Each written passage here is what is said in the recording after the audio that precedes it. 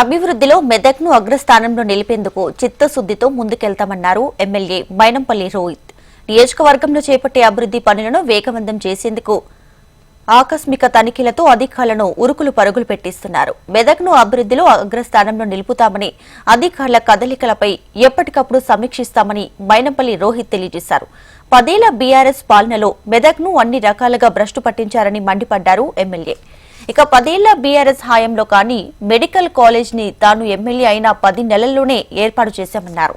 మెదక్లో కొత్తగా ఏర్పాటైన మెడికల్ కళాశాలలో ఆయన ఆకస్మిక తనిఖీలు నిర్వహించారు. స్టూడెంట్స్ కు సౌకర్యాల విషయంలో అధికారులకు పలు సూచనలు చేశారు. ఇందిరా మహిళా శక్తి పథకం కింద క్యాంటీన్ ను జిల్లా కలెక్టర్ రాహుల్ రాజ్తో కలిసి మైనంపల్లి రోహిత్ ప్రారంభించారు. గత పాలకులు, గత ప్రభుత్వము మన మెదక్ నియోజకవర్గాన్ని అన్ని విధాలుగా భ్రష్టు పట్టేయడం జరిగింది. మెడికల్ కాలేజ్ అని చెప్పి కొబ్బరికాయలు కొట్టుకుంటూ రిబ్బన్లు కట్ చేసుకుంటూ గతమంతా గడిపేసిన నేపథ్యంలో మనము గెలిచి సంవత్సరం కూడా కాకముందే మెడికల్ కాలేజ్ని ఓపెన్ చేసుకొని ఇవాళ ఫిజికల్ క్లాసెస్ ప్రారంభించుకుంటా ఉన్నాం.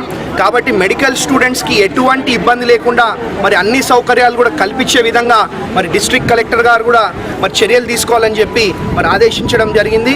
ఇదే కాదు, మెడికల్ విద్యా వైద్యాన్ని బ్రహ్మాండంగా కొనసాగించే విధంగా చర్యలు తీసుకుంటామని చెప్పి మా ప్రింట్ అండ్ ఎలక్ట్రానిక్ మీడియా సోదరుల ద్వారా మా మెదక్ కుటుంబ సభ్యులకు తెలియజేసుకుంటూ అదే కాకుండా మా స్టూడెంట్స్కి ఎటువంటి ఇబ్బంది లేకుండా మా స్టాఫ్కి ఎటువంటి ఇబ్బంది లేకుండా ఇవాళ మా మహిళా శక్తి మెస్ క్యాంటీన్ కూడా ఇవాళ ప్రారంభించుకోవడం జరిగింది.